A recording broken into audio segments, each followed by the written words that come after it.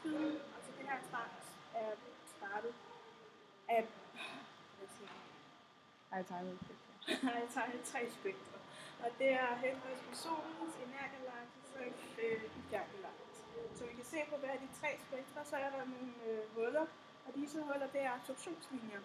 Og de er kommet ved, at hullerne de er optaget nogle, eller det er nogle gasser, der optager lys i forbindelse med en stor energiudladning.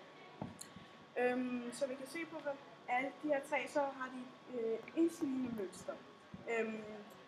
De ligger bare mere mod højre, jo længere væk man kommer fra solen. Så vi kan se, bum, og så ligger det bare mere. Formlen for rødforskydning, den kan man skrive således.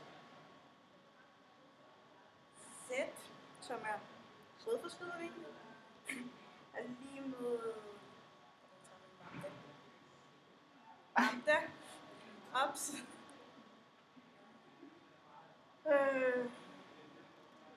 minus lambda divideret med lambda.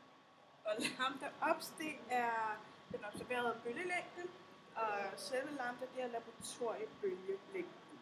Jeg kan give et lille eksempel her, ved at vi kan sige, at den observerede lambda-bølgelængde, det er 620 minus lambda, som er 580 divideret med 580. Så skulle give et tal her, som bliver et procenttal, sikkert.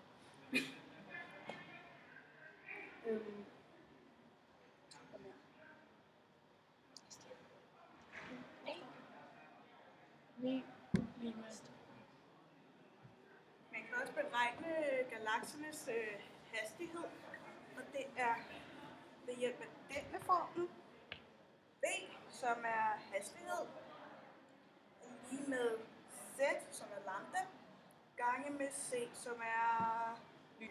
Z er rødforskydning.